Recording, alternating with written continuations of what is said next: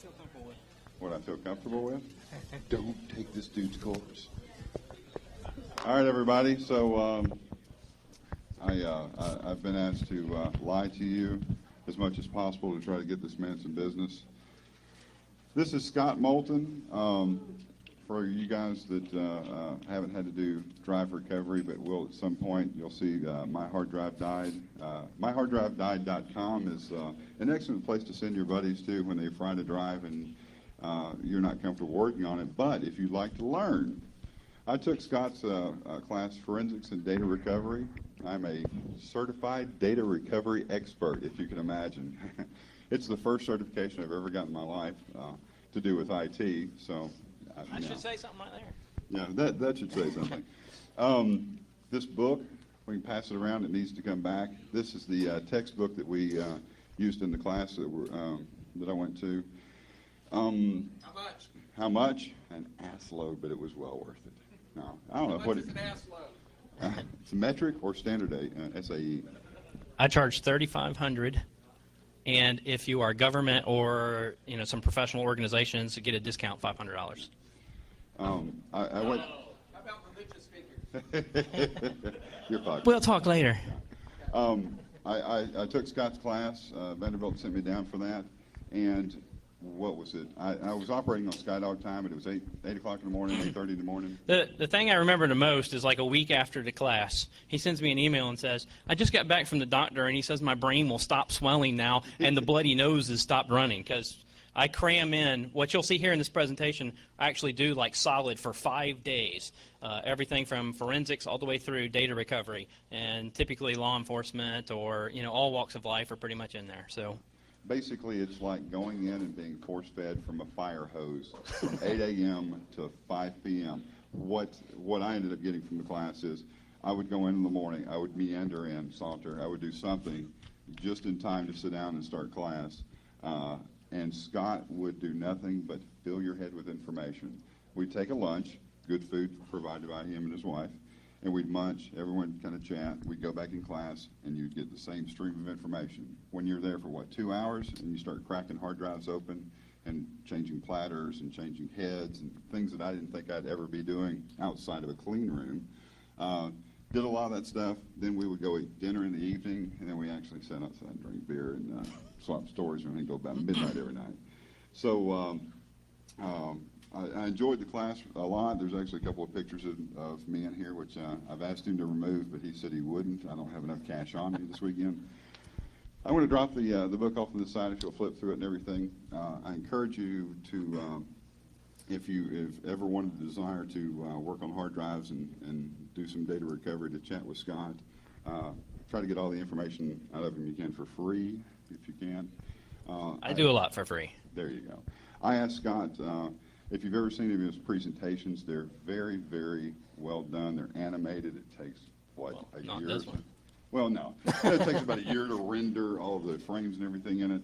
I went to Scott and I said, you've got this cool stuff. I said, I need you to do a talk for PhreakNIC. And he said, what kind of cash are you paying? And I said, look, dude, you got enough out of me. He's lying. I know. And I said, Scott, do something different, like something you didn't know about hard drives. So Scott actually went through and prepared this presentation for us. How much am I having to pay for this? I'm just kidding. Scott, thank you very much, sir. Appreciate it. And believe it or not, he actually disassembled a hard drive in a conference room on an open table. And he's one of the few people who actually got hard drives working. We actually, in this class, we got a lot of people who actually got it working, but there's always a few people who can't reassemble and deal with the hard drive and get them running again. But believe it or not, he's taken a hard drive completely apart, heads and everything, and reassembled it and put it back together, and it worked. So amazing. And I'm the fourth person to ever score 100 out of 100 on his test. Okay, so basically I do computer forensics. That's my first and primary job. And when I was doing computer forensics, one of the things that I crossed over into was doing data recovery for cases and casework where it wouldn't be handled properly maybe by someone who was just running a data recovery shop or doing something like that. So I spun it off into a whole nother business. And I've done, if anybody in here seen all my animated presentations? Anybody in here seen those? No? Okay, so there's quite a few that I've actually done, probably 20 or 30, and there's 50 or so free hours of how to actually rebuild a hard drive from the ground up, do head replacements, splatter replacements, build stuff, and it's all free. It's all out there free. So if you don't want to take my class, that's fine too. I don't care.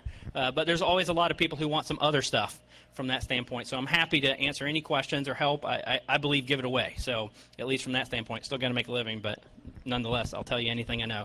So this is kind of a result, this talk is kind of a result of the questions that don't normally get answered in classes or my other presentations, trying to fly through this content. So this is kind of the trivia stuff. This is, hopefully, at least my belief is there's going to be something in here for everybody, that whether you're using Windows, Linux, Mac, whatever you're using, there's going to be some hardware, there's a few software things, a couple of things that are just, you know, I thought they were cool when I was going through it, and no one really thought there was a lot of material there.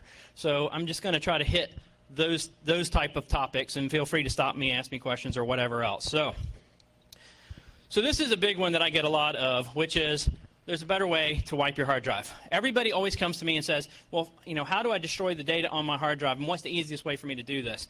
And DBAN is one of the most common ones. Everybody know what DBAN is? Anybody use DBAN? Right? So there's a couple of tools out there that you basically boot on a boot disk and you wipe your hard drive.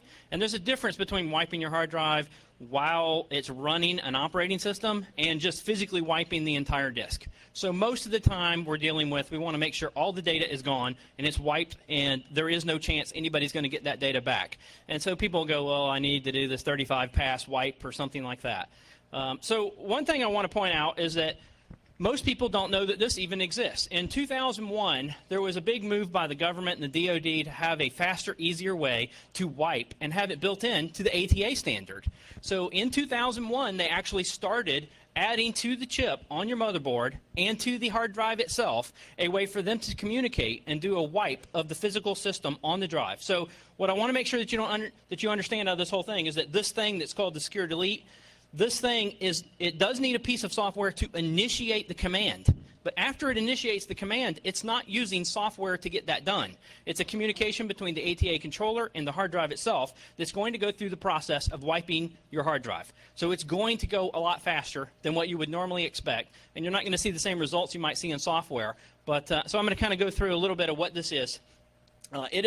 Right now, there is a piece of software out there. I'll give you a link to it in just a minute. But this is just basically the rudimentary thing that it looks like. It's like a boot floppy, a boot CD. You can boot on it, and you're going to send the command to the drive to wipe it. Now, right now, there is kind of like a proof of concept utility that's out there. This all works. It's all done. But there needs to be other implementations. There needs to be people adding code into Linux and to Macs and other ways to actually wipe these drives if you wanted to do it. Because right now, the guy who wrote the proof of concept basically he's done it as a Windows boot floppy, so it's using FreeDOS and stuff like that. But it'll ask you like 27 times, how do you want to erase this disk? Do you want to get rid of it? And basically, this is done by the Center for Magnetic Recording Research Center, and this is, again, funded by the government. It goes through a number of different processes. But the idea was to create a standard that would actually do an erase and becomes a disk standard that everybody's going to support, whether it's SATA, ATA, whatever you've got, ZIF sockets, something along the way. And they're going to try to follow the DoD standard, the 5220. Now, this standard for sanitation, basically, it doesn't specifically say, here's how you do a hard drive or something like that. It has a destruction policy with how to wipe, basically get rid of zeros, fill the content, and actually confirm that it's actually done. So this is to follow that. The link down here to this particular utility is down here at the bottom. And so I'll give these slides out later or do something with it. But I want to make sure that you understand this is part of what's actually in the ATA command set. The difference here is that that's not what actually happens when you plug a hard drive in through a USB controller. When you plug in, if anybody see the talk earlier about key logging and hardware key logging stuff? Okay, so when you plug in a device physically through the USB port, it has what's called the DMI code. It basically sends a command back to the operating system that says, I am a printer, or I am a mass storage device, or something like that. So the DMI code that actually comes back from that says, I'm a mass storage device, start up the mass storage device driver. So that's a generic driver that does not have all the support that you would normally have in the ATA command set. So what I'm talking about here actually physically has to be connected to the ATA controller in order for that to actually happen. Everybody clear on that? So it's not going to happen if you have a USB plugged into your port and you're trying to erase it. You need to go back to an ATA. So it will work on laptops. So if you're actually running it like internally on the hard drive itself, you could wipe your laptop's hard drive by sending this command. So this is the guy, Gordon Hughes, who basically designed and worked with a team at CMRR to actually develop this content. And he basically says secure erase is a means of erasing the data, blah, blah, blah. The important part to me is this one right here, reallocated blocks. So now this is where we differ from every other piece of software out there in the result. From a standpoint of taking something like dban and booting on dban and running it to wipe your drive, dban is a software-based utility. So it does not have an easy way to say, I've got a bad block on my hard drive. Everybody know what bad blocks are? Everybody good with that so far? Okay, so on your hard drive, physically, if it has a bad block, it adds it to what's called the G list. There's a grown list of bad blocks. There's also a P list, which is the permanent list. But the content that you actually have that was sitting in the sector, the hard drive never erases. If content's written to the block and it says, okay, fine, I got an ECC back, and the ECC says, I've got a bad block, it leaves it there, and it puts a sector, it puts it in the sector, basically a redirection to a different sector, and then goes there and writes that content. So you might have hard drives that are in a stack on your table because they were going bad over time. So you've got a lot of bad blocks that physically exist on the drive that if you took dban and you wiped them and you work for the DoD and you go on eBay and you sell them, that those blocks still have content in them. That is not erased by a software utility or any other wiping utility out there. You've got to have a way to clear the bad block list in order to do that, which only data recovery companies that have the right hardware and the right software to actually do it can do, with the exception of this tool.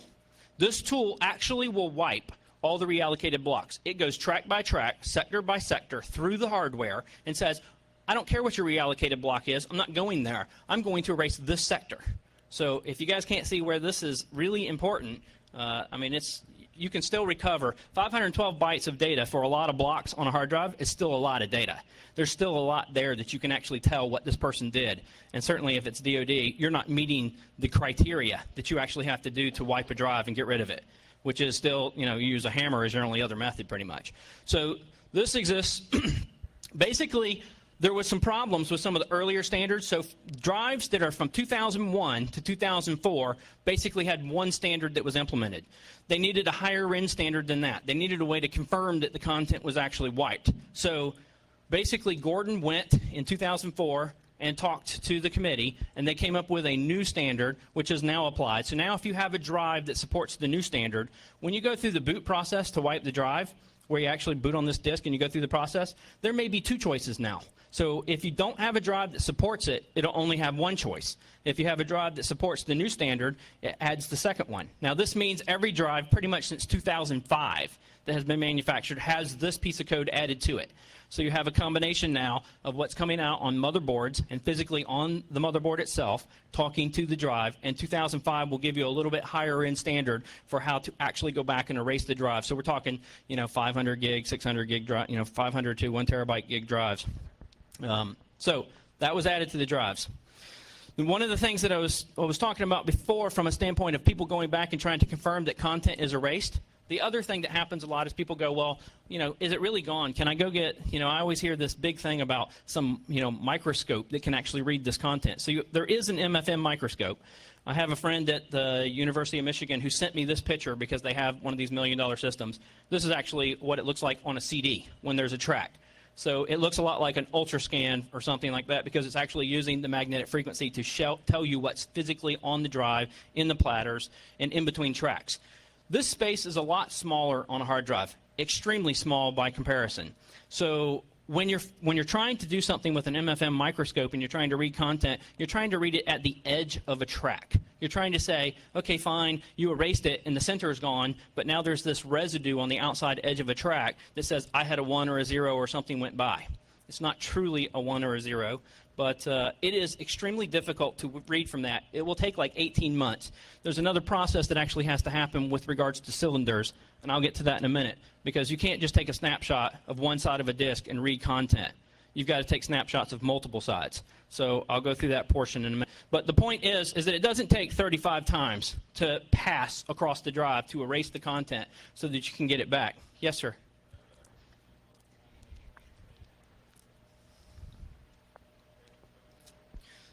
He asked me about an 18-month time frame being, based on a certain amount of data on the drive, an estimate of the size of the drive itself. No, it's based on a couple of numbers I've heard about how long it actually takes for them to read the drive and actually go through it. So they're real processes, but they haven't told me what the size of the drive was. So I didn't get feedback from FBI or something on the size of the drive that they read the content back from. So. But again, my point is that it doesn't take 35 passes. And so this is well defined, and this is actually part of what this process actually goes through. So Gordon's point is that it's a lot faster to use this built-in method, that he actually goes back through a process of verifying the data. And so in my lab, I actually did an erase of a 500 gig, 3.5-inch hard drive, and it took 2.5 hours to do an erase and to confirm. So if anybody's done an erase on a 500 gig, a wipe on a 500 gig hard drive from beginning to end, including bad blocks, obviously, you know that it takes a lot longer. I mean, minimum in most cases is going to be 8 to 16 hours, something along those lines. And the other thing that's kind of unique, at least from this standpoint, is his program, his application. On the hard drive, there's a security feature where you can actually enter in a password. And so physically, he makes an entry into the password table so that the drive can't be used again until the password is passed again and it's unlocked. So he locks the drive. So if something happened and somebody pulled power from the drive while it was in a wipe cycle, supposedly it cannot finish that wipe cycle because you cannot go and use it. So you have to resubmit the password and go back through a wipe cycle again. So it's supposed to protect it. The unfortunate problem right now is that the password is published. So we know what the password is. So we can actually go back. If you did not physically have control of that drive and you do not finish the wipe cycle, I can go and apply a password or just wipe the password itself from the SA area on the drive, and I can get the content that's left. So make sure you're actually physically able to finish the passes, because it is able to be recovered if this mechanism does not completely stop that from happening. So I don't know that they're working on a solution for that. I doubt it. But at least from that standpoint, you need to physically be able to be there for the whole thing. So that's my number 10. So now we're going to number 9. So now we start kind of crossing over into a little bit of trivia and some forensic stuff. So we've all pretty much heard from, I just grouped these together, based upon we're dealing with Linux, NTFS, HFS, things like that. So these are all file systems that we have all heard of. Can anybody think of one that might become really popular really quick that you haven't heard of? Anybody know where I'm going with this? Nope. Next. Nope. It's I should have probably put it on the list already, but it's existing. Everybody knows the format and everything. What's that? What did you say? ext4. No, that's still not done. FAT64. Okay, so most people don't even know that it actually exists right now. Here's one of the reasons why you don't know what FAT64 is already. FAT64 is the ability, we've gone from FAT16, FAT32 are typically the most common FAT tables that are available for all operating systems. It's been published, people can use it. There is a new one that's FAT64, and it was originally introduced in Windows Embedded CE in 2006. But basically right now what has happened is in Service Pack 1, when Vista was released, Service Pack 1, they added EX64. So you now actually have the FAT64 on Vista for all 6 people that are using Vista. So right now what happens is you go to format a drive that's bigger than 32 gigs. If it's bigger than 32 gigs, because if it's smaller than 32 gigs, Vista will default and tell you have a choice of FAT, or you can do NTFS, which will be your typical choices. Now you actually have the new one, which has magically appeared on the list, which will be FAT64. The problem is that it's in Service Pack 1. So if, for instance, you format your drive as FAT64, and then you go back and something happened, your system crashed, and you wanted to go back and get it again, and you go pop your disk in, it's not in the disk that you bought. It's in Service Pack 1. So you've already got to get a machine set up, so there's no compatibility from that standpoint going forward. But originally, its focus for FAT64, and this is why it was in the embedded devices, is for solid state. So if you've seen my presentation on solid state before, you'll understand some of the problems dealing with solid state and how it moves the stuff around for wear leveling and what kind of problems that's actually causing, like on current cameras and things like that. So So here's kind of the stuff that's really good from a standpoint of FAT64. FAT64, one of the things that solid state needs is solid state actually has a table on the device that actually says, where's my next free block? It actually wants to do that much faster than what you would see on your current hard drive. So they kind of compensated for that in FAT64. In FAT64, they added the ability to have a free bitmap that actually says, okay, fine, where's my next spot that I'm actually going to deposit some information so I can get there faster. They added support for more than 1,000 files in a directory. These are the kind of things that kill me, though. Support for the ACL. So you have support for security, but then it's not implemented. So they added it to be able to format, but then you don't have any implementation. So if you use it, and let's say, and this really impedes this in the future. So let's say they use FAT64 in Windows 7 or whatever the hell they're calling it this week. So let's say you use it, and it does have support for the ACL. So they add it in. Now you have security. All you got to do is take your drive and go back to a Service Pack 1 Vista and plug it in, and you just bypass all the security because it's not supported. Right? That's all you got to do. So they don't complete something before they release something. So I don't know what the story is there, but the other thing is, too, it does have support for TFAT, which is basically the transaction-oriented. You know it is journaling. Basically, everybody else calls it journaling, but Microsoft calls everything transaction-oriented. So there's an ability for, okay, my FAT drive, whatever it was, my solid state actually died. Now I can actually track transactions and back them out. So it's there, so there is some future for it. And then you also have the ability, if you guys don't know this, like if you're using FAT16, the largest file size you can actually have is 2 gigs. If you have FAT32, the largest file size you can have is 4 gigs. So you can't take that 4.3 gig DVD and write it to a FAT16 or a FAT32. So that's a current problem we have because those are the most common to move between operating systems. So if you want to take something from a Linux box and go to a Mac box, if there's no support for it, you have no way of actually having a larger file on the disk rather than breaking it up or something like that. So there is support for it up to 16 exabytes.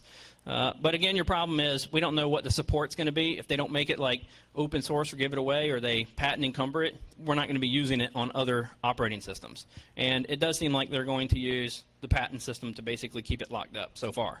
Hopefully they'll release it and let it out so at least we have another option than FAT32 because it's time to move on. All right, so now this one's going to take a little bit more from a standpoint of 2 and 2 and putting 2 and 2 together. It's about partitions. So physically, when you're looking at content that's on your hard drive, and let's talk about just the platters, because the hard drive does not know about your files. It has no clue about your files whatsoever. So we're going to talk about the structure and how it actually deals with speed and what's actually stored there. Now, this picture is actually upside down. Everything in a hard drive is actually counted from the bottom up. So bottom is going to be 0, and you're going to count up. So this is upside down from that standpoint. We have a couple of things that I want to point out here. One of these is that there are slices of information here that's called servo alignment information. Now, what happened is in 1986, we moved away from what's called a stepping motor. We had a stepping motor that moved the head, and it was just like a floppy disk drive. It said, I'm at track 0, I want to go to track 18. And you can move the head 18 steps by moving your stepping motor 18 steps. Well, that's kind of gone now, so we don't have that ability. We moved to what's called a voice coil, and the voice coil works like a speaker does. It moves in very, very small increments. You apply a plus or a minus value to your power, and it actually moves the head down the platter itself. So servo information is information that tells the head where I am on the platter. I no longer have a way of going, go to track 18. So now I've actually got to read the content back from the head all the time that says where my head is going. So what we have now is we start dealing with what has to deal with speed. Speed now becomes a factor in how fast you can read things, where you're going to move your head, and what you can actually talk to, because stepping motors were very, very slow. So we have the ability to increase our speed. So the outer edge of the platter is the fastest part of the drive. Basically right now we now have more sectors on the outer edge of the platter. And when you create a partition, the very first partition, is technically created on the outside edge of the platter. So since that's the fastest location, anything that sits in that partition out close to that outside edge is going to be the fastest location on your drive. Okay, so everybody got this? Now, partitions are created on cylinder boundaries. Now, everybody kind of knows what cylinders are from that standpoint, but basically it says as you cut through the drive, that's a cylinder. Basically, I have heads that move all together at one time. So when you write at the top, then you turn on the next head, you write underneath that platter, and so on, all the way down through all the platters. That technically is the cylinder. So you're storing data amongst all of the platters instead of you don't just write to the top and fill up the top. That's not how it works. There is something called zone mapping, and we'll kind of get into that in a minute. But you're writing your content down through all the drives. So we have a cylinder boundary, and that's where partitions are created. This is all legacy stuff. When we moved to LBA blocks, if anybody understands what an LBA block is, when we went from CHS to LBAs, we could have gotten rid of all this old stuff. But then you start up Norton Disk Edit or something like that, and it would have just corrupted your drive because it understood the old-fashioned. So we're bringing this legacy stuff forward for 25, 30 years now. So the point I'm trying to make is that if your cylinders are always created on cylinder boundaries, that means you always know where the beginning of your partition structure is. Everywhere you go, you can look at the beginning of the cylinder boundary and say, are you a partition? Yes. Move on, and so on and so on. It makes it a lot faster than going through the entire drive. So that means if the first partition's on the outside edge, then your second partition has to be further on into the disk, right? So let's say you got this fancy MacBook and you decide you want to install Windows on it. What it's going to do is it's going to say, okay, fine, I want 32 gigs for my Windows partition. It's going to go to the end of the disk, which is inside. It's going from 0 to the maximum LBA number that it has, and it's going to take 32 gigs and move back and end the partition there and create a new partition on the next boundary. So if any of you have looked at like disk management or something, you'll see sometimes there's a small space between the end of one partition, the beginning of the next partition. There'll be like 8 megs, and you can't use it. That's why. There's a cylinder boundary that something has to begin at for the next partition, and there's a little bit of an offset from the end of the last partition, so it's just null space that can't be used by any current operating system that's out there right now. So right now what happens is you make the second partition, and it's out there in Never Never Land. It's on the slowest part of the disk. You've now made, wherever you make another partition, you've made it further and further into the disk. So now you've made it slower and slower. So like the default for Linux installations now is typically like 3 partitions.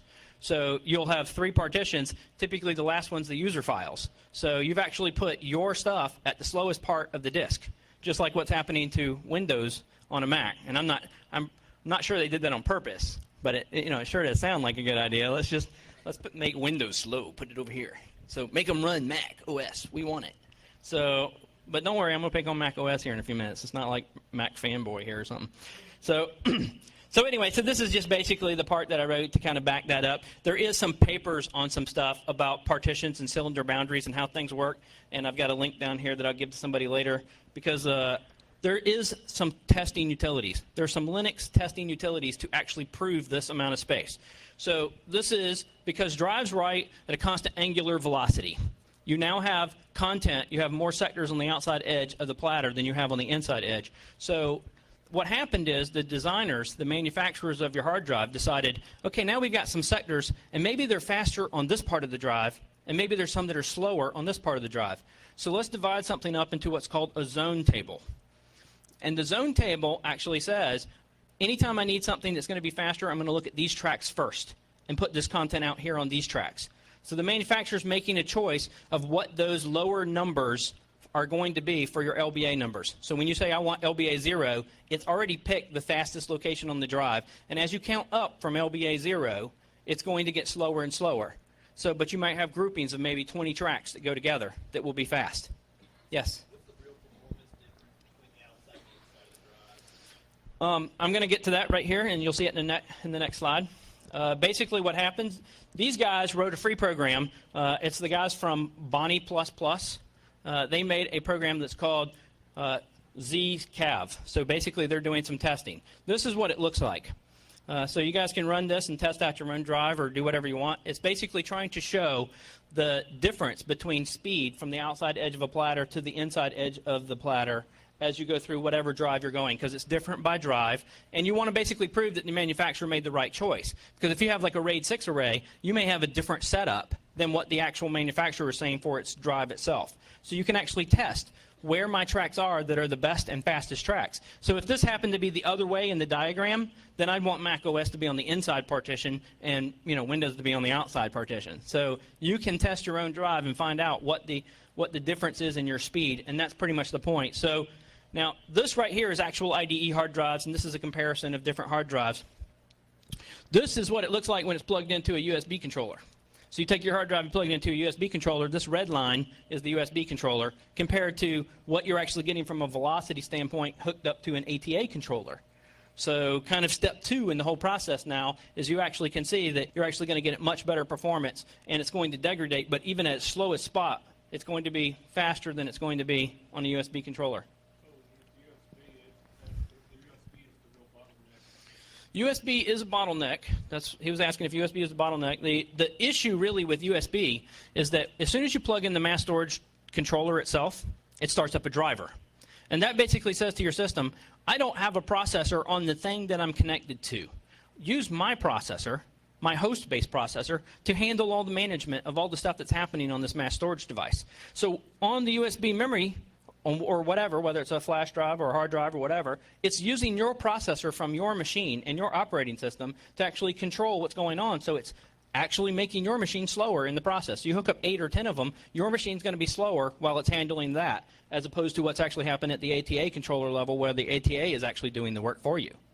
So that was kind of my whole number 8. The whole point is that partitions can affect the speed of what you're actually doing. So when people are talking about, I'm going to do some database tuning or something like that, you're actually looking at where the fastest area of your hard drive is. So you can choose what you want to place there and put that content in the fastest location on the drive. And these are the tools that you use to do it with, and they're free. So I like free stuff.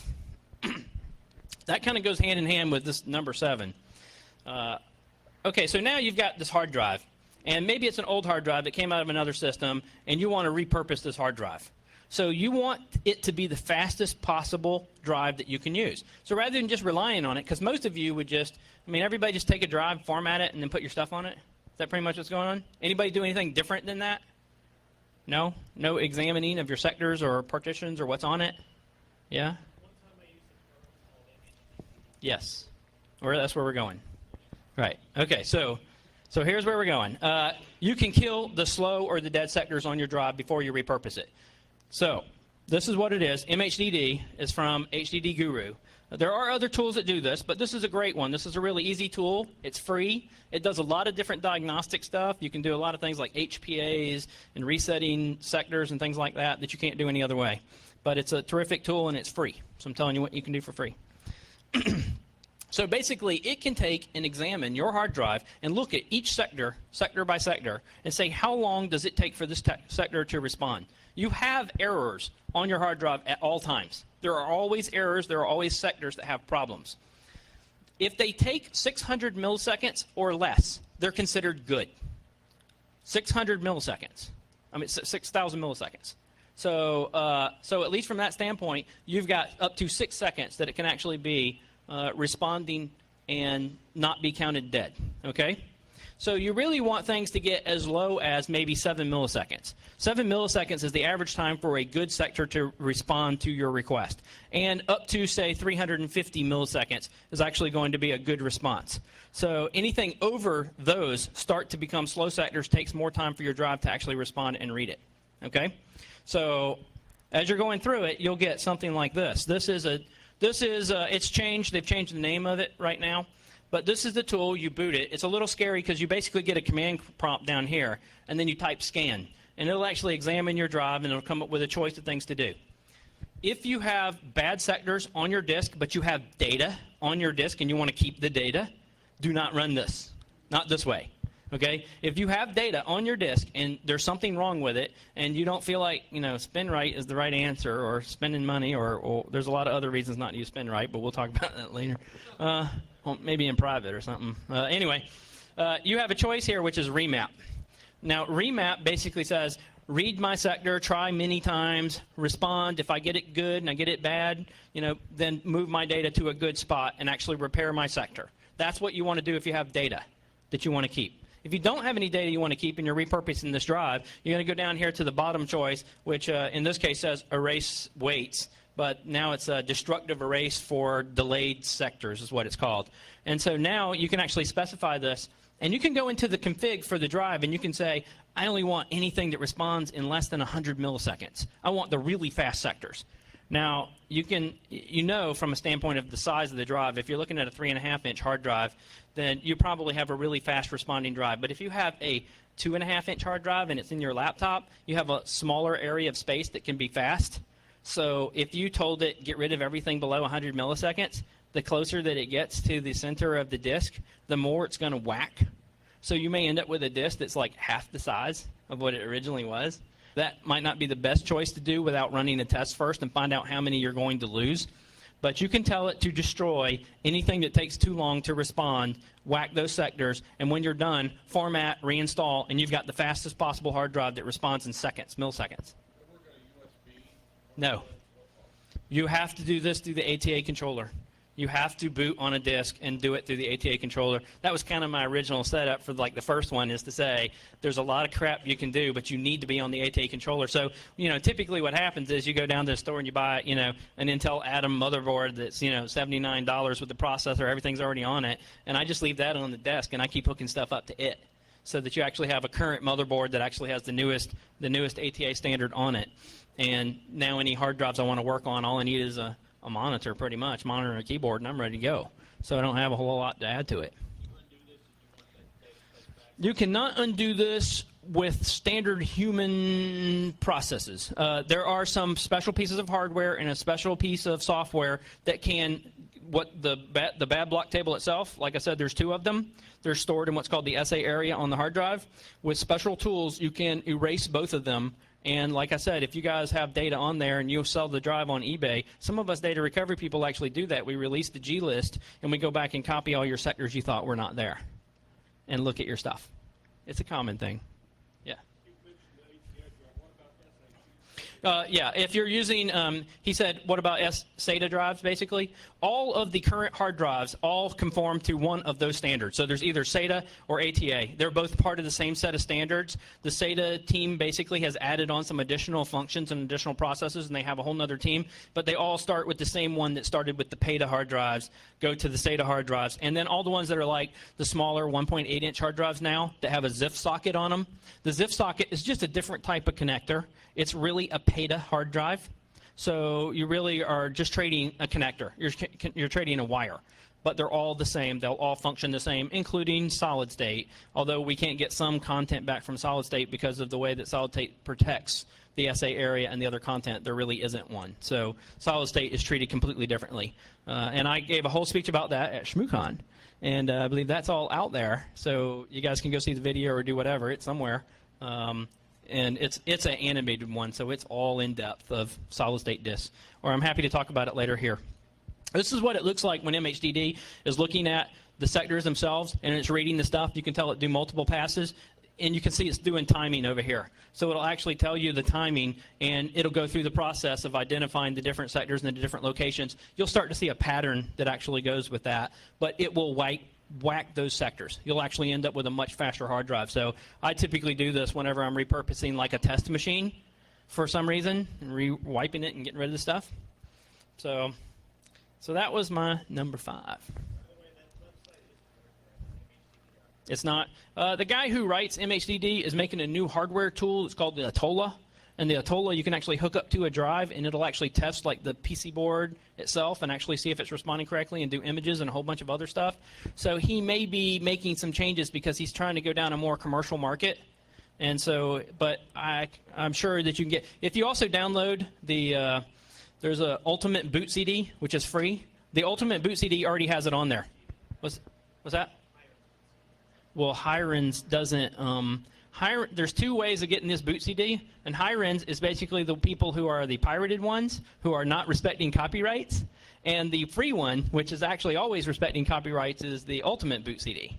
So, are you pirating yourself or something? No. Anyway, I don't care. But nonetheless, the point is that those are the 2 ways. Hirens actually has tools on it that are copyrighted, but they're already made for you, ready to do some analysis or something. So feel free to use that one.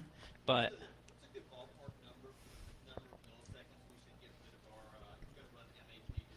well, the default that they set it to is 350 milliseconds and below is normal. I like to use 150 milliseconds. That's just my standard for whacking whatever sectors I don't like. Normally, you'll get a response in about 110 milliseconds from almost all good sectors, but it's supposed to be as low as 6 and 7 milliseconds when you're actually running against the drive, and you'll actually see that when you're doing some real diagnostics on the drive. So you know, I feel pretty comfortable with that. Now, you know, you have to edit their config file to make that happen. It just uses 350 by default. So, okay. All right, so now I'm going to try to make fun of some stuff here a little bit because basically, whenever you're doing any kind of operating system stuff, typically you're looking at journaling. Journaling is very important to us at this point because if your system crashes, you want to be able to back some stuff out, right?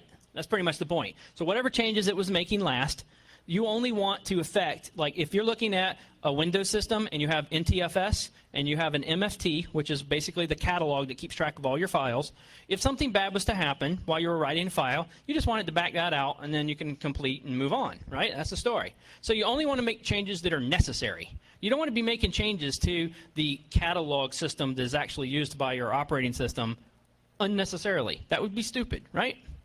But in HFS, on the current Macs that currently exist, HFS Plus, they store the X and Y coordinates for a window in the Finder.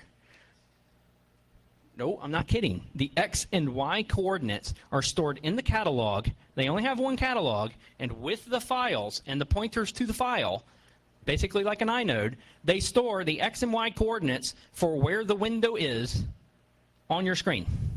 So as you move it and you drag it along, it's updating the location in the catalog file. So it could theoretically crash, and it has. It can't. I can actually make it happen. Crash, and actually at the point it's writing the X and Y coordinates and corrupt the catalog. Because the catalog in a Mac OS, anybody know anything about HFS? Anybody really in depth? It's daisy chained together. This is another bad decision. All the content, it's a B tree, and in the B tree, every time that it splits, it daisy chains together the next set of files. And so if you have corruption and something happens somewhere in the middle of the tree, you lose everything else that's in the rest of the tree. It just knobs it off, says bye-bye. That's also the way access databases are set up. Right. He says access databases are set up the same way, that they're a tree and they're daisy chained together, and so you can't find the rest of your content. But this is an operating system that we're talking about here, and that's actually what happens. So anyway, the X and Y coordinates are physically written in the pointer system. So it looks like this. I'm using a Java utility to actually look at this code here. So you actually look, there is Finder information in there, and it even tracks the scroll position. So you actually have where the scroll bar is. No kidding. That's really the way it is. So this is for every file. It's not just for the files that you would actually, you know, applications or something. This is an RTF, okay? This is a freaking text file, okay? I'm pulling it up. I'm looking at a text file. It's actually storing and making updates to the Finder's info where it physically is, where its Windows location, ARM, where I don't know. I just thought that was a really bad idea. So hopefully ZFS will fix some of these. Yes? Can you hypothecate what the rationale for that design was? Don't question Steve. Okay, I'll tell you. You know, luckily enough, that's going to help me move into my next one, my number 5. What was the rationale behind it? Well, okay, so let's kind of do this a little bit as a fight again between, all right, let's talk about Linux versus, you know, EXT versus HFS, okay? Now, I have a lot of admiration for the people who designed EXT3. I thought it was an awesome design. Basically, the whole point is we have EXT2, and it previously existed, and we want to stay compatible with it, but we want to add on journaling. So if you only have a system that supports EXT2, you can actually turn off journaling, get the same files, and it actually keeps track of everything for when the update needs to actually happen when it goes back to an EXT3 system. So basically, it's doing the ability to use all your current tools. You can use all your current EXT2 tools to do any kind of repair of an EXT3 system. So I thought that was awesome that they actually built that in and had enough forethought in EXT3 to think about, okay, fine, we might need to go back and have reasons to use EXT2. So that's a pretty awesome design. So HFS, well, that's a different story. HFS has been around for 1984 basically is what we're looking at. The original HFS was basically released with Macs and Mac Classics and stuff. They didn't do an update to it until pretty much 1999, 2001, in that range there. So there was no real fundamental changes. And when you start having portables, you start having problems. You start needing journaling, and you know, you're not connected to power supplies or something like that. So anyway, the point is, when they did HFS and they decided, well, let's add journaling, what about all those people who have Mac Classics and that they can't use journaling because they don't have the upgraded system. Well, when they mount our drive, let's do this. Let's just have one window in the middle of the screen that says, where have all my files gone? That's what happened. Seriously, I'm not kidding. This is in 2001. This was the window you got. If you were on an old Mac and somebody had a new Mac and they had HFS Plus on it and they put their file system on it and they plug it into the Mac, this was what you got. Now, I don't know what was inside this. I mean, this is how you have a heart attack, right? You open it up and you go, oh, crap, where the hell's all my stuff? So, and can you imagine what the repercussions of this would be today? If, okay, we got a new system and let's just, when they move to ZFS, that if we don't support HFS2 and keep it in the operating system, then let's just tell them where their files are in a text file. We're saved. So, and I'm pretty sure, I'm not positive, but I'm guessing that when you open the text file and you read it, it probably says, upgrade your Mac. That's probably what it said. Go buy a new one. See you at the store. So that was the best I could think of. So, but this was not that long ago. 2001? Okay. So, but I hypothesize that part of the issue is that it was a real early design. And in the philosophy of the design was, well, let's just store everything with the, everything in the catalog, everything that actually happens.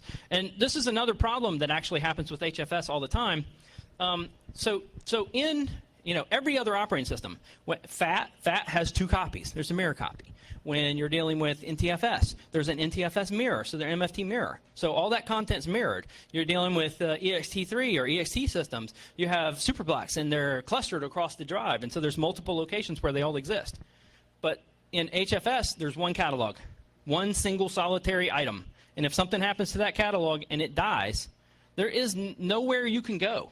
So you guys who are running like Disk Wizard or whatever the hell it is, the Disk Repair, Disk Warrior, if you go and use Disk Warrior and you're doing it on your original hard drive and it's crawling through your catalog and it says, oh crap, here's an error, let's fix it. In a lot of cases, you lose what came after that. So you've already made an irreversible process happen here. You need to make a copy of your drive, an image of your drive, before you run something that's going to do a catalog repair. Because your files are probably still there, but you'll never be able to access them again. You'll whack it. I'm almost positive there's a second copy on HFS. You can also mount HFS with it's not trivial, but Okay. He says you can mount HFS with the journaling turned off, and he thinks there's a second copy. I'll have to go and look at the structure again, but what? Right. Yeah, I mean, if you know, because I've looked for it, I can't find it, but I've been doing it with a hex editor, so. Okay. All right. But, and how hard was it to turn off journaling and still be able to see your files? Okay. All right. Well, let's talk afterwards then. Okay. All right. So you learn something new every day. Okay, so my next one is MACE times. Basically, you guys all know what MAC times are, modified access created. That's pretty much in everything. There actually is an additional one in NTFS. So in NTFS, there is a MFT entry modified piece of content. Basically what happens is you have a file, it sits on the drive. The file, when it exceeds the size that it can keep track of in the current cluster, when the size, like for instance, you open a Word document and you paste in a picture, and now the picture makes the file bigger, that it will expand into another cluster. And when it does, there is a timestamp that's actually written back in the MFT. And it says when that actually occurred. So you can actually read an additional timestamp. So this is important when you're dealing with like forensics cases or something like that, where you have a file that might have changed in size that wasn't supposed to change in size. So you have a court order that says don't delete anything, and the guy goes in and opens up a Word document and hits Control A and deletes everything, and it's gone. And the size physically changed and got smaller. You'll have a timestamp that's actually written in there, and it might be in violation of a court order or something like that. So there actually is content that's there. Now, up until FTK 2.0 came out, Incase was the only one that could read that. There was some people who found out about this, and actually, because I don't know that all this is well documented, but there's a utility that's called timestomp. And timestomp will actually stomp all over the MFT entries and get rid of this and basically return like null results in Incase. FTK will read crap basically, but FTK 2.0, there's nobody using that. That's crap too. But That's a different discussion. And there is a Perl script, and this is only a small fragment of the Perl script. It's not the whole thing, but here's the link to it down here. But there's a Perl script for people who do an analysis on MFTs and want to read that content using Linux or something else. You can actually read that MFT, and there's so few things that actually read that content and tell you that time, and it may be very important. So I thought I'd throw it up there and at least let you know that it's there so you can go look it up and figure out what there is. But at least from that standpoint, I was impressed that there was this time that I could actually try to figure out when a change occurred. There's only one, so it doesn't keep track of it like in multiple stages, but at least from that standpoint, it would be valuable to you. Okay, so this one's just kind of like I thought was awesome because so many few people do not give this a lot of thought.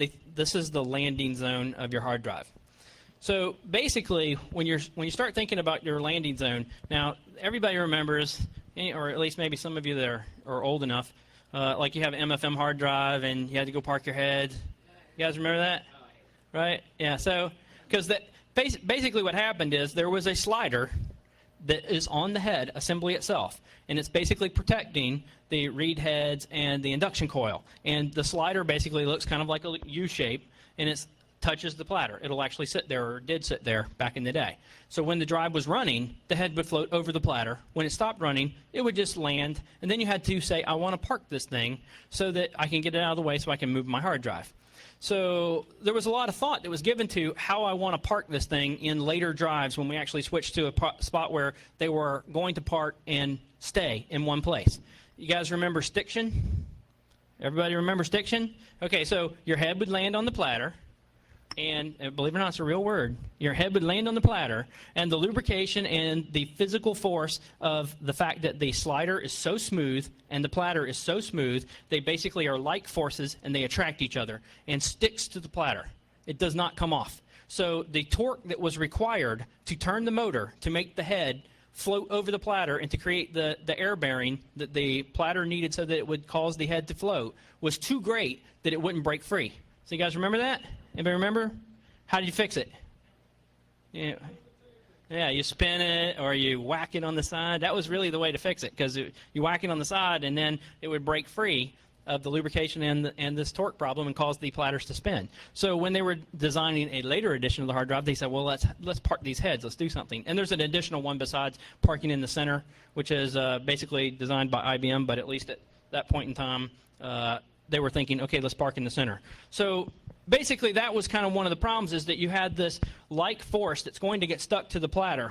And any time that you have two very smooth surfaces and you try to make them smoother, because it has to be so unique so that the head can actually fly over the platter without whacking something, that they have to be so smooth, they are like forces and stick together. So that's kind of the whole point of this thing being the smooth operator. The issue is that when you go to park it and it's touching the heads, now in smaller hard drives, in 3.5s and 2.5s, there's not enough torque to break free of that tension. So they had to say, well, okay, fine, where are we going to park this head? And they decided on the center of the head, and the center of the platters. The reason they decided on the center of the platters is that the motor that's right here on the spindle creates EMI interference, and it actually causes a problem writing content to this inner ring. You cannot write content in that inner ring. It basically, as the motor spins up, creates this interference, and it'll actually flip bits. So you actually lose your content. So they basically said, okay, fine, we got this center ring. We can't use it for anything else. So they basically terraform this content right here. I don't know how clear it is on this slide right here, but basically what happens is they created a groove set of surfaces that is opposite of what is required for the tension that actually happens when the two smooth surfaces are touching.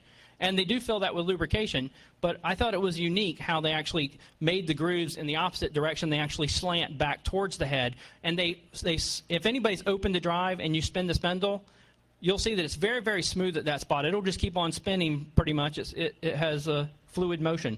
But as soon as you move it out of that groove towards the edge of the platter or something, it starts to almost grind. It's touching the platter, and there is no spot for it. And if you stop, in some cases, it'll just stick and it'll stay there. So that's one of the reasons why they chose the center solution, and they groove it in a fashion that the heads can actually float in a very smooth pattern over that. So that was number 3. Now, number 2, when you're dealing with solid-state drives, and as I said earlier, there's a whole other presentation on solid-state drives. One of the things that people don't seem to understand is, okay, you go and take pictures and you put your roll of film in a drawer. Sometimes 20 years later, you can still develop that film. Something still comes out. But that's not going to be true of solid-state disks. Solid-state disks basically store in a cell, there is an electron. And the electron is stored in this cell, but the cell gradually gets damaged over time, and it will release the electron from the cell. So it doesn't like dissipate and die in there because you don't have changes in mass. It just basically gets set free. So after 8 or 10 years, whatever was on that has, if that drive has not been powered at any point in time and it's just sitting in a drawer, it's going to be blank in 10 years. So that's not a good long-term storage. So if you're doing forensics or you want to put something in the safe, if you put it on a solid disk drive and you put it in the safe, in 10 years, it's going to be blank. And that might be bad for your case for some of these things that are, murder cases where you got to keep it for 20 years or something. And yeah, flash cards for camera are the same way. I mean, pretty much any of the solid-state media that's based on NAND technology. NAND is the basic chipset that's used for that design.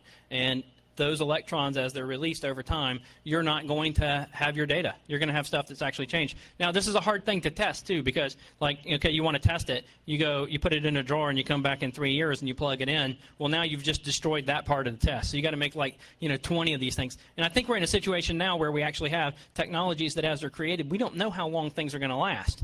And so we're starting to have problems with older CDs that were written in the 90s and things that were done with, because CDRs are basically made with a dye, an organic dye, and it dies over time. So long-term storage, there really is no easy way to do long-term storage right now that I know of that's going to last, other than storing things in a cold place, dropping the temperature, doing magnetic media or something that's going to store it. There are some optical medias that do survive, or press CDs, obviously. But solid state's the big discussion these days because now we're at the beginning of it, and we only have some solid-state disks that have been around for 5 or 6 years now. But they're like 64K. Anybody still using like a 64K solid-state disk? No? Some people in the military are. They had some IDs on them, and they still use them. And then my number one thing, which kind of you already heard about earlier, was I always have this discussion all the time that drives are not hermetically sealed. If they were hermetically sealed, there would be no exchange with the air from the inside to the outside. There actually is an exchange of air. In this case, I found one that had the breather holes on the bottom underneath the platters themselves to kind of balance out what the airflow is between the top. There's a hole in the top that says, "Do not cover me." And so physically, air flows through the drive to try to keep the balance so that the air bearing in the heads will spin. Now, there probably are really some hermetically sealed drives that might be used in Air Force or something like that, where you actually have a difference in pressure, that the heads are not going to float at the same space. So, but for the common drives that we're actually using, you do not have a hermetically sealed drive. Now, I'm not saying that you don't need a clean room or that no one would ever need a clean room to do this, but that tended to be the big discussion everybody was saying. I even saw some posts even on HDD Guru just a couple of weeks ago where a guy says, well, I opened my hard drive on a table and just to look at it and see if it was scratched, and then I put the lid back on. And everybody on the forum said, well, then you're done. You can't do anything with your drive. Just throw it away because you opened it. Well, that's not true. That's physically not true. Now, there was a time period where we were trying to rebuild hard drives, and we were trying to actually get a drive running again because it's $1,000 or something, and keep it. Now you're basically trying to do a repair, get your content off, and throw the disk in the trash. So your problem is not dust and particles and things like that typically get on the drive. What it is primarily, because what's going to happen here is if you have dust on your platter, as soon as it spins up, it creates the air bearing. The air bearing is the air pressure that causes everything to fling off of the platters, and it's going to go out into this outside track, and there actually is a filter out there that's actually going to capture that content. And now one of the side effects from that filter is that some people don't realize is that you take a drive that's been in a machine for years and years and years. That filter's got content in it because there's always stuff coming off your drive. There might be little fragments or things that are actually coming off, and they're in that little tray. And when you take that drive and you hold it on its side and you walk over to another machine and plug it in, the content's coming out of that tray, and now it's floating around inside the drive. And it's a lot more than just, I've got one little speck or something like that. It can actually be something that jams between the head and keeps the head from reading and causes a scratch in the platter. So you need to be really careful about that if you're just grabbing a drive and doing something with it. But my point is that as soon as the platter starts to spin up, the content that's on the platter is going to fling off, and it's going to go into this track, and it will be fairly safe. What it's not safe from is oils from your skin, fragments of skin that flake off of you while you're working on it. And believe it or not, in a classroom where we're actually working on stuff, this stuff starts to show up. You'll actually see it physically on the platter, that while you're working on it, flakes of skin come off of your hand and will be on the platters. So typically you work away from you. You have a fan or something that actually is blowing at you, and it will actually blow the content back towards you as you're working on it. Try to wear gloves. Try to do it in a sanitary environment. But you can work on it and successfully rebuild them. I think Skydog probably rebuilt 4 drives in my class. And out of 10 people that were in the most recent class I had, all but one person rebuilt at least 3 to 4 drives out of 5 drives and got them working again after completely disassembling and reassembling them in a classroom. So there's Skydog with his... Yeah, he's wearing a SmoothCon shirt, and he had these little fancy gloves on. You don't know how hard it is for me to make people put these gloves on in the class. You know, so look, I mean, like this guy, he doesn't have it. A bunch of them don't have it, and they're working on the drives. These guys still got them working, but, you know, this was the cleaner, better, more efficient way to do it. With a $2 pair of gloves, you can work on a drive and physically do something. So, you know, there's people working. Now, you know, this is my problem in the class, is that no female yet, out of 100 people or so that I've trained, no female yet has actually put one back together and got it working yet. All the men pretty much have done that. I'm not. You might be the first. But yes. But typically, she did not get her drive working again. Her drive, when she was done with it, looked like that. So drives are now made. In the last 2 years, almost every drive is made with glass ceramic as the platter itself. Before that, they were mostly aluminum. So you could actually have a stiffer material that didn't crack or whatever. So this is a IBM Hitachi drive. And when she put the platters back in, she had them a little offset, and she screwed them. And, no, I don't mean literally, but she literally screwed the screws back in and then cracked the platter right there in the middle of the room. So that was yeah, no problem. You know, because, you know, they say they got it off the space shuttle and something like this, but, you know, eventually you can probably piece it back together, maybe. So anyway, so that's how it works. People in the class reassembling stuff. Am I out of time? How are we looking on time? Yes. To address the long-term storage, I think you said something you may actually provide a solution. What if your long-term storage facility had a periodic recharge of the entire solid-state environment? Does that help with some of the... Yes. His point is that you periodically recharge your devices. There is a whole cycle of events that actually happens with a solid-state disk as soon as it is actually powered on, because there is technically no such thing as write protecting a USB memory stick, solid-state, flash, any of those. They actually will already do functions when the drive is powered on, even if they are not connected to your system. And so there is no technical thing as far as a write blocker goes. So there are some issues that will come up, so you can't like keep it permanently powered because it will actually cause physical damage to the disk over time. So you could periodically go back every once a year, as long as you made sure you were on a schedule, and power them up, make sure everything's fine, put it away. And so, but that's pretty hard for like police departments and FBI and things like that. I mean, they're constantly using materials that have been on older types of drives for years. So you're always having to think about what the next step is. Like most of you probably have upgraded tape drives before, right?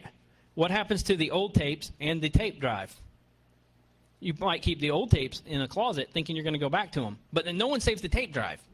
The tape drive like goes out the window, and you never can get back to your 7 years of bad tapes that you needed, you know, for your FBI investigation or something like that. It happens. So long-term storage is going to be a problem anyway. Yes. Some years ago, there were reports that magnetic media had problems with the alignment of the atoms shifting over time. So Yes, that's true. gradual fading of the magnetic field. His point is that magnetic drives over time do have a problem with the magnetic shift of the atoms and the way the atoms are actually stored. There is a professor who basically works for IBM. He's the original guy who did the design on what we now have called the GMR head. The GMR head has basically been every drive since a 20 gig hard drive basically has this GMR head in it. So his name's Stuart Parkins. He's been working at IBM at Palo Alto for years on a new technology that he calls, it was originally called memory domains. Now it's called racetrack memory by some marketing people or whatever. He's got a prototype already working. He states that he has a solid piece of metal, basically, that he can store your content in, and it does not change the state of an atom, that it actually stores the content in some sort of a pulse mechanism. I read this white paper like over and over and over again. I still do not completely understand it, but I believe in this guy because he's got a really good track record from a standpoint of most of the technology we use, we owe to him. So if you want to read something about that, that would probably be the best way to go. He thinks that he actually made statements. He doesn't trust his own drives, the hard drives that he made. So he's working on this new technology to actually do long-term storage. He says by 2015, we are all going to get rid of flash devices and hard drive and be using racetrack memory for his storage. So, what's my what? I have a bunch, but I don't have time. I'm out of time. If you guys want to see it, we can go someplace or something, but I'm out of time. Next guy needs to get up. Ninth floor. I got like 20 more slides. Anything else? That's it? Yeah. Yes. Yeah, it does work. Well, there's some issues with mechanics, period. I actually do rebuilds of the physical drive itself, so I actually move the platters to an actual good drive. So I actually physically will move the heads and everything, and that's actually part of the additional information. I have a movie and the whole thing where I show it happen. But I can actually move the physical heads themselves to another hard drive and rebuild the drive and do a data recovery on it. So I'm not usually trying to remap them at that point. I'm actually trying to get the content off, which I have a different method for doing. So I'm not trying to put that drive back in play. So I fix physical ones a different way. Okay? Does that help? By fixing it for real. Fix it long enough to get the crap off of it. Yeah, right. All your porn. I get all your porn back. So I get paid for a lot of porn, actually. That's the way it goes. So I need all my pictures. Yeah, that's okay. So, all right. Who's next?